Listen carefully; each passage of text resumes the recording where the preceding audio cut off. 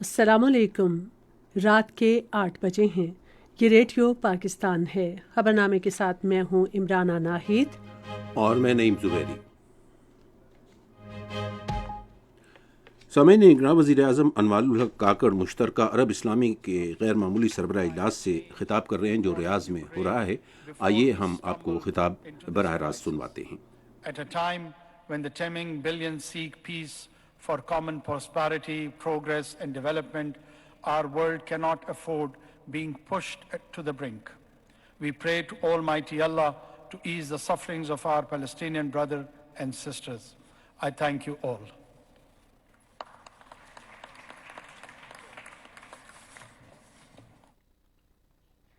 ریاض میں غزہ کی مشترکہ عرب اسلامی غیر معمولی سربراہ اجلاس سے خطاب کا کچھ حصہ ہم نے آپ کو براہ راست سنوایا، جس میں انہوں نے خصوصی طور پر غزہ میں قتل عام روکا جائے کہا اور سلامتی کونسل کی یہ ذمہ داری ہے کہ وہ امداد کی فراہمی کو بھی یقینی بنائے۔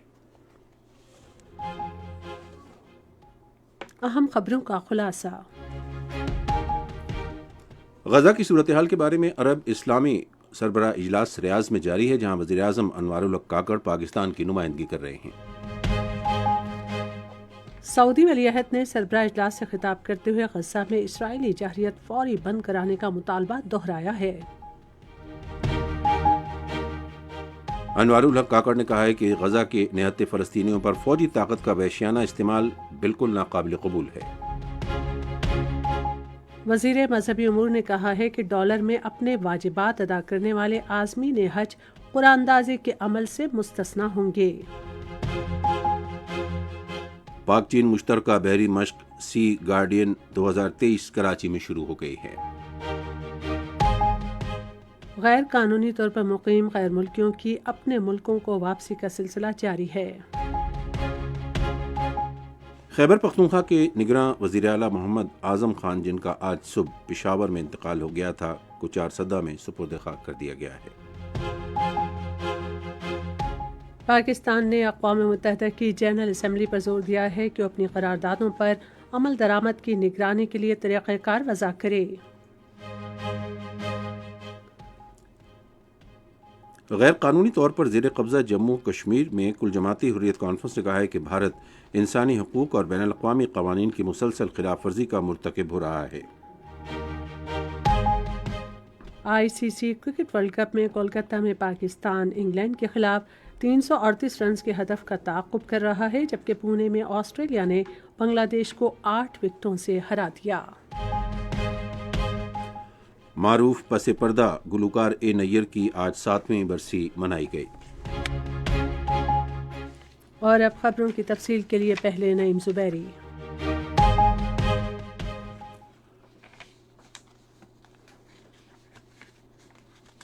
وزیر اعظم نے اپنے خطاب میں ریاض میں کہا کہ 70 سال قبل اقوام متحدہ نے اپنی منظور کردہ قرارداد کے ذریعے فلسطین کے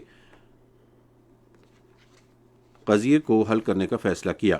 انہوں نے کہا کہ اسرائیل نے غزہ کو جہنم میں بدل دیا ہے اور وہاں فلسطینیوں کی نسل کشی جاری ہے۔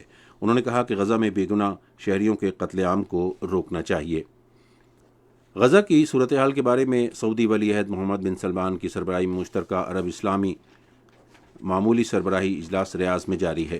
سربراہ اجلاس میں نگراں وزیر اعظم انوار الحق کاکڑ پاکستان کی نمائندگی کر رہے ہیں۔ غیر معمولی اجلاس فلسطینیوں کے خلاف اسرائیلی جارحیت کے تناظر میں سعودی عرب کی درخواست پر منعقد کیا گیا ہے۔ سربراہ اجلاس سے خطاب کرتے ہوئے فلسطینی صدر محمود عباس نے کہا کہ فلسطینی عوام گھناؤنی اور وحشیانہ اسرائیلی جارحیت کا سامنا کر رہے ہیں۔ انہوں نے کہا کہ ہمارے نہتے فلسطینی عوام کو بین الاقوامی تحفظ کی ضرورت ہے۔ فلسطینی صدر نے کہا کہ اسرائیل نے عالمی قوانین کی خلاف ورزی کرتے ہوئے تمام حدیں پار کر لی ہیں۔ محمود عباس نے اس بات پر زور دیا کہ غزہ کی پٹی ریاست فلسطین کا حصہ ہے اور سفارتی حل غزہ، بیت المقدس اور مغربی کنارے سمیت تمام فلسطینی علاقوں پر مبنی ہونا چاہیے۔ سعودی ولی عہد محمد بن سلمان نے اپنے افتتاحی کلمات میں کہا کہ سعودی عرب فلسطینیوں کے خلاف جرائم کا ذمہ دار قابض اسرائیل کو ٹھہراتا ہے۔ انہوں نے غزہ میں فوجی جارحیت کے فوری خاتمے اور یرغمالیوں کی رہائی کے مطالبات دہرائے۔ انہوں نے غزہ میں جاری اسرائیلی جارحیت اور فلسطینیوں کی جبری بے دخلی کو سعودی عرب کی جانب سے غیر متزلزل طور پر مسترد کرنے کا بھی اعادہ کیا۔ محمد بن سلمان نے عالمی انسانی قوانین پر عمل درآمد میں دوہرے معیار کی نشاندہی کرتے ہوئے فلسطینی شہریوں پر مظالم پر عالمی برادری کی خاموشی کی مذمت کی۔ سعودی ولی عہد نے محاصرہ ختم کر کے امدادی اشیاء غزہ میں پہنچانے کے لیے مؤثر اقدامات کرنے کی غرض سے عرب اور اسلامی ملکوں کی جانب سے مربوط اور مشترکہ کوششوں پر زور دیا۔ محمد بن سلمان نے کہا کہ فلسطینی ریاست 1967 کی سرحدوں کے مطابق قائم ہونی چاہیے، جس کا دارالحکومت مشرقی بیت المقدس ہو۔ سربراہ اجلاس سے خطاب کرتے ہوئے ایرانی صدر ابراہیم رئیسی نے اسلامی ملکوں کی حکومتوں پر زور دیا کہ وہ اسرائیل کی فوج کو دہشت گرد تنظیم قرار دیں۔ انہوں نے اسرائیل کے ساتھ تعلقات رکھنے والے ممالک پر زور دیا کہ اپنے تعلقات ختم کر کے فلسطینیوں کے ساتھ یکجہتی کریں۔ ترکیہ کے صدر رجب طیب اردوان نے سربراہ اجلاس سے خطاب کرتے ہوئے کہا کہ اسرائیل اور حماس کے درمیان تنازع کے مستقل حل کے لیے عالمی امن کانفرنس بلائی جانی چاہیے۔ مصر کے صدر عبد الفتاح السیسی نے اپنے خطاب میں غزہ میں فوری پائیدار جنگ بندی پر زور دیا۔ ریاض میں سربراہ اجلاس سے خطاب کرتے ہوئے عرب لیگ کے سیکرٹری جنرل احمد عبدالقیس نے اسرائیلی فورسز کی جانب سے فلسطینیوں کی نسل کشی کی مذمت کی۔ انہوں نے غزہ پر مسلسل اسرائیلی جارحیت کی مذمت کی، جس میں 11,000 سے زائد فلسطینی شہید ہو چکے ہیں۔ نگراں وزیر اعظم انوار الحق کاکڑ نے کہا ہے کہ غزہ میں نہتے فلسطینیوں کے خلاف عسکری قوت کا وحشیانہ استعمال قطعی ناقابل قبول ہے۔ انہوں نے ریاض میں صحافیوں سے گفتگو کرتے ہوئے کہا کہ کوئی بھی عالمی قانون سے بالاتر نہیں ہے۔ انہوں نے کہا کہ ہر ریاست کو عالمی انسانی اور دیگر قوانین کے مطابق ذمہ دارانہ کردار ادا کرنا چاہیے۔ وزیر اعظم نے غزہ میں فوری طور پر تشدد کے خاتمے اور فلسطینی عوام کو بنیادی ضرورت کی اشیاء کی فراہمی کے لیے انسانی ہمدردی کے تحت راہداری کھولنے کی ضرورت پر زور دیا۔ اسرائیل کے غزہ پر وحشیانہ حملوں کا سلسلہ جاری ہے، جبکہ ہسپتالوں کو بھی بدستور نشانہ بنایا جا رہا ہے۔ فلسطین کی وزارت صحت کے ترجمان کے مطابق ایک ہسپتال میں بجلی منقطع ہونے کے باعث ایک نومولود جاں بحق، جبکہ انتہائی نگہداشت کے شعبے میں زیر علاج ایک مریض شیلنگ سے شہید ہو گیا۔ انہوں نے بتایا کہ صورتحال اس حد تک خراب ہے جس کا تصور نہیں کیا جا سکتا۔ فلسطینی وزیر صحت مائع القائلہ نے اسرائیلی افواج پر غزہ میں سفید فاسفورس کے ساتھ شیلنگ کا الزام عائد کیا ہے۔ رام اللہ میں آج پریس کانفرنس سے خطاب کرتے ہوئے انہوں نے کہا کہ الرنستی اور انڈونیشین ہسپتالوں پر مسلسل بمباری سے بجلی منقطع ہو گئی ہے۔ وزیر صحت نے کہا کہ جہاں بھی بجلی بحال ہے وہ ہسپتال انتہائی نگہداشت کے شعبے کو فعال رکھنے کی کوشش کر رہے ہیں۔ بجلی کی فراہمی معطل ہونے کی صورت میں مزید اموات ہو سکتی ہیں۔ انہوں نے کہا بجلی منقطع ہونے سے غزہ شہر کے شفا ہسپتال میں 39 نومولود بچوں کی زندگی خطرے میں پڑ سکتی ہے۔ انہوں نے خبردار کیا کہ غزہ کے اسپتالوں کی صورتحال ناقابل یقین حد تک خراب ہو چکی ہے۔ میڈیکل سٹاف اور ایمبولینسز کو نشانہ بنایا جا رہا ہے۔ ادھر غزہ میں شہید ہونے والوں کی تعداد 11,000 سے تجاوز کر گئی ہے، جن میں 4,500 سے زائد بچے، 3,000 خواتین اور 700 بڑی عمر کے افراد شامل ہیں، جبکہ زخمیوں کی تعداد 27,000 سے زیادہ ہو چکی ہے، جن میں زیادہ تر خواتین اور بچے شامل ہیں۔ یہ خبریں آپ ریڈیو پاکستان سے سن رہے ہیں۔ ریڈیو پاکستان کی آفیشیل موبائل ایپ، جہاں آپ کو ملے گی ریڈیو پاکستان کے تمام میڈیم ویوز اور FM چینلز کی لائیو سٹریمنگ، تازہ ترین خبریں، ریڈیو پاکستان کی دلچسپ پوڈ کاسٹ سروس اور بہت کچھ۔ تو ابھی وزٹ کریں radio.gov.pk/apps اور اپنے موبائل فونز پر ریڈیو پاکستان کی official mobile app download کریں۔ ریڈیو پاکستان، قوم کی آواز۔ امور اور ہم آہنگی کے وزیر انیق احمد نے حجاج کرام کو زیادہ سے زیادہ سہولیات کی فراہمی کو یقینی بنانے کا اعادہ کیا ہے۔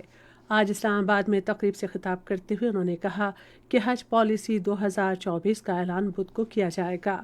اپنی حکومت کی اہم کامیابیوں کا ذکر کرتے ہوئے وفاقی وزیر نے واضح کیا کہ آئندہ حج کا خرچہ 10,75,000 روپے سے بھی کم کر دیا جائے گا۔ انہوں نے حجاج کرام کو اس سال حج کے دوران انٹرنیٹ اور موبائل سم کارڈ سمیت زیادہ سے زیادہ سہولیات فراہم کرنے کا یقین دلایا۔ انہوں نے کہا کہ وزارت کچھ حجاج کرام کی 40 دن کی مشکلات کو مد نظر رکھتے ہوئے 20 دنوں تک قلیل مدت حج پالیسی متعارف کروا رہی ہے۔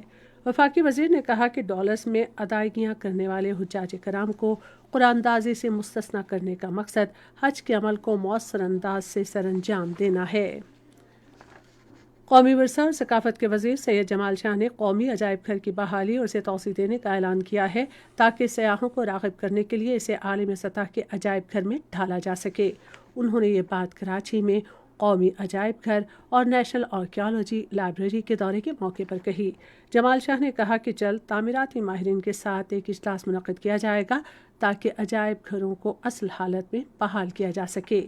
ادھر وفاقی وزیر نے اکیڈمی ادبیات اور اردو ڈکشنری بورڈ کا دورہ بھی کیا اور دونوں اداروں کے مختلف حصوں کا معائنہ کیا۔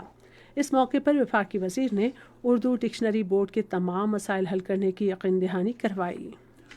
پاک چین بحری مشق سی گارڈین 2023 کراچی میں شروع ہو گئی ہے، جس کا مقصد دونوں ممالک کی بحری افواج کے درمیان باہمی تعاون اور آپریشنل صلاحیتوں میں اضافہ کرنا ہے۔ اس موقع پر اپنے خطاب میں وائس ایڈمرل محمد فیصل عباسی نے مشق کے دوران بہترین کارکردگی اور منصوبہ بندی پر زور دیا۔ چنگڈاؤ نیول بیس کے ریئر ایڈمرل لیانگ یانگ نے اس امید کا اظہار کیا کہ مشترکہ مشق سے دونوں بحری افواج کو ایک دوسرے کے پیشہ ورانہ تجربات سے مستفید ہونے کا موقع ملے گا۔ شمالی بحر عرب میں ہونے والی مشترکہ مشق میں بحری جہازوں سمیت اگلی صفوں میں لڑنے والی جنگی مشینری اور دونوں ممالک کی اسپیشل فورسز حصہ لے رہی ہیں۔ اس حوالے سے مزید بتا رہے ہیں ریڈیو پاکستان کراچی کے نمائندے جاوید سمیجو۔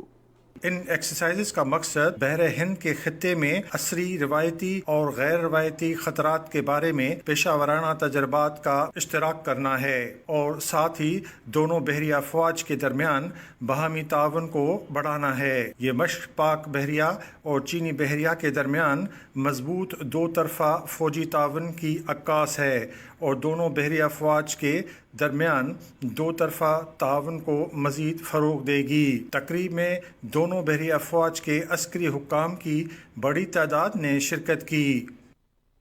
افغان باشندوں سمیت غیر قانونی طور پر مقیم غیر ملکیوں کی اپنے ملکوں کو واپسی کا عمل جاری ہے۔ افغان باشندوں کو باوقار انداز میں اپنے وطن واپسی کے لیے دوسرے اقدامات کے علاوہ مختلف اضلاع میں ان کے عارضی قیام کے لیے تمام سہولتوں کے حامل قائم کیے گئے ہیں۔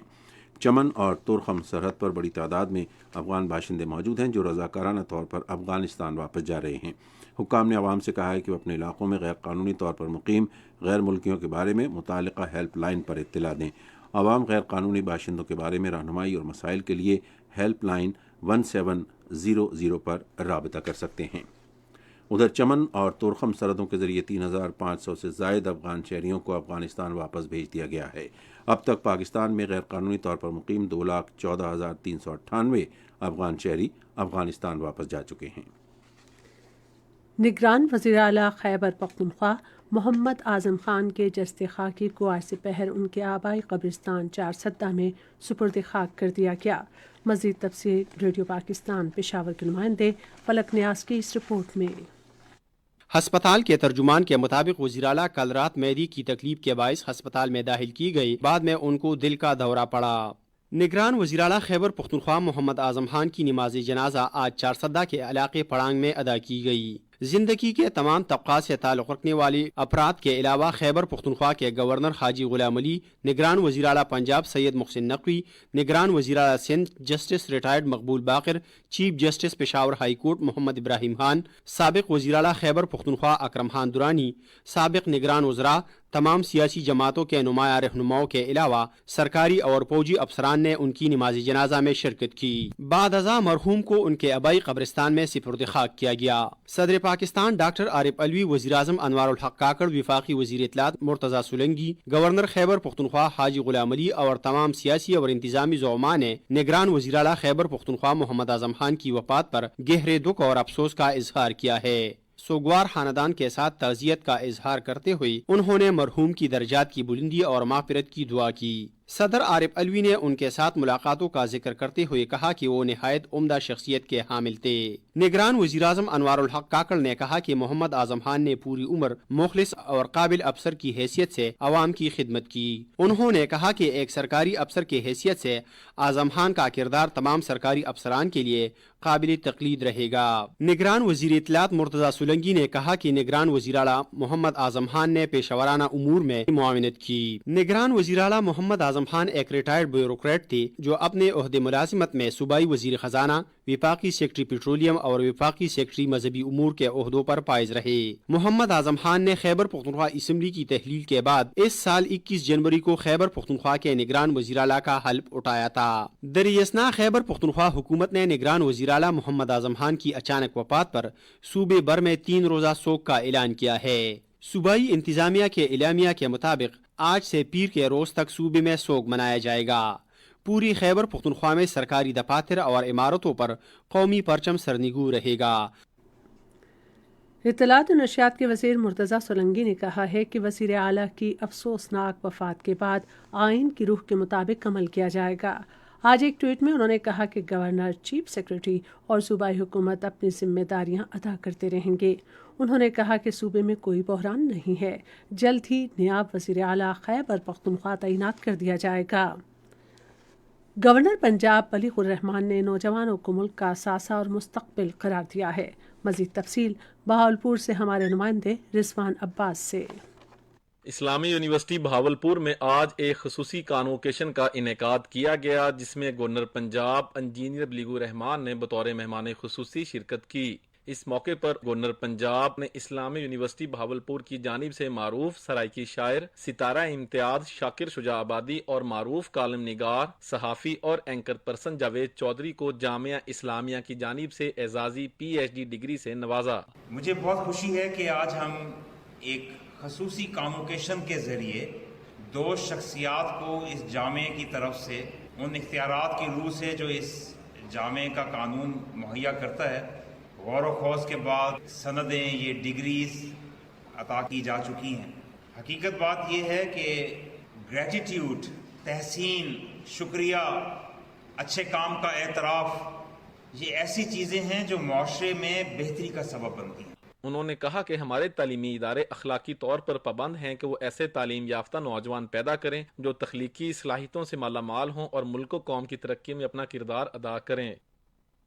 یہ خبریں ریڈیو پاکستان سے نشر کی جا رہی ہیں۔ وزیراعظم کی معاون خصوصی برائے انسانی حقوق مشال حسین ملک نے کیتھولک چرچ کے سربراہ پوپ فرانسس سے ملاقات کی۔ ملاقات میں تصادم اور نفرتوں کو ہوا دینے والے تعصبات کے خاتمے کے عزم کا اعادہ کیا گیا۔ دونوں شخصیات نے اس بات پر اتفاق کیا کہ تمام مذاہب کی تعلیمات امن، پیار اور رواداری پر مبنی ہیں اور کسی بھی مذہب کا سچا پیروکار کسی دوسرے مذہب کے خلاف نفرتوں کو نہیں پھیلا سکتا۔ مشال ملک نے کہا، یہ وقت کی ضرورت ہے کہ مذاہب کی درست ترجمانی کی جائے۔ پاکستان نے اقوام متحدہ کی جنرل اسمبلی پر زور دیا ہے کہ اپنی قراردادوں پر عمل درآمد کی نگرانی کے لیے ایک لائحہ عمل تشکیل دے کر اپنے فیصلوں کی ساکھ بڑھائے۔ جنرل اسمبلی کے کام کو مزید بہتر بنانے کے حوالے سے منعقدہ مباحثے سے خطاب کرتے ہوئے پاکستان کے مندوب منیر اکرم نے کہا کہ جب بھی سلامتی کونسل کوئی کارروائی نہ کر سکتی ہو یا اسے کارروائی سے روکا جائے تو اس کی ساکھ مجروح ہوتی ہے۔ انہوں نے اس امید کا اظہار کیا کہ سلامتی کونسل کے اراکین جنرل اسمبلی کی قرارداد پر کاربند رہیں گے۔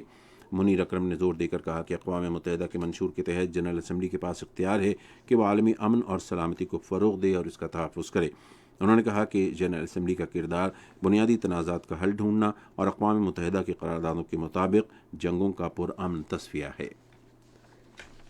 کل جماعتی حریت کانفرنس نے کہا ہے کہ بھارت مقبوضہ جموں کشمیر میں انسانی حقوق اور بین الاقوامی قوانین اور اصولوں کو مسلسل پامال کر رہا ہے۔ کل جماعتی حریت کانفرنس نے سری نگر میں جاری بیان میں افسوس ظاہر کیا کہ نریندر مودی کی بھارتی حکومت نے مقبوضہ کشمیر کے عوام کے تمام بنیادی حقوق سلب کر رکھے ہیں۔ انہوں نے کہا کہ ہندتوا سے متاثرہ مودی حکومت نے اگست 2019 میں جموں و کشمیر کی خصوصی حیثیت منسوخ کی اور اب وہ عالمی قوانین اور اقوام متحدہ کی قراردادوں کی کھلم کھلا خلاف ورزی کرتے ہوئے بھارتی ہندوؤں کو مقبوضہ علاقے میں آباد کر رہی ہے۔ انہوں نے کہا کہ بھارت کے غیر قانونی قبضے کو چیلنج کرنے کی پاداش میں کشمیریوں کو کالے قوانین کے تحت گرفتار کیا جا رہا ہے۔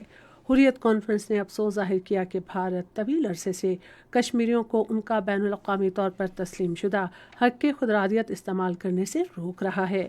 بیان میں کہا گیا ہے کہ مقبوضہ کشمیر میں بین الاقوامی قوانین اور معاہدوں کی خلاف ورزی پر مودی حکومت کا محاسبہ کیا جانا چاہیے۔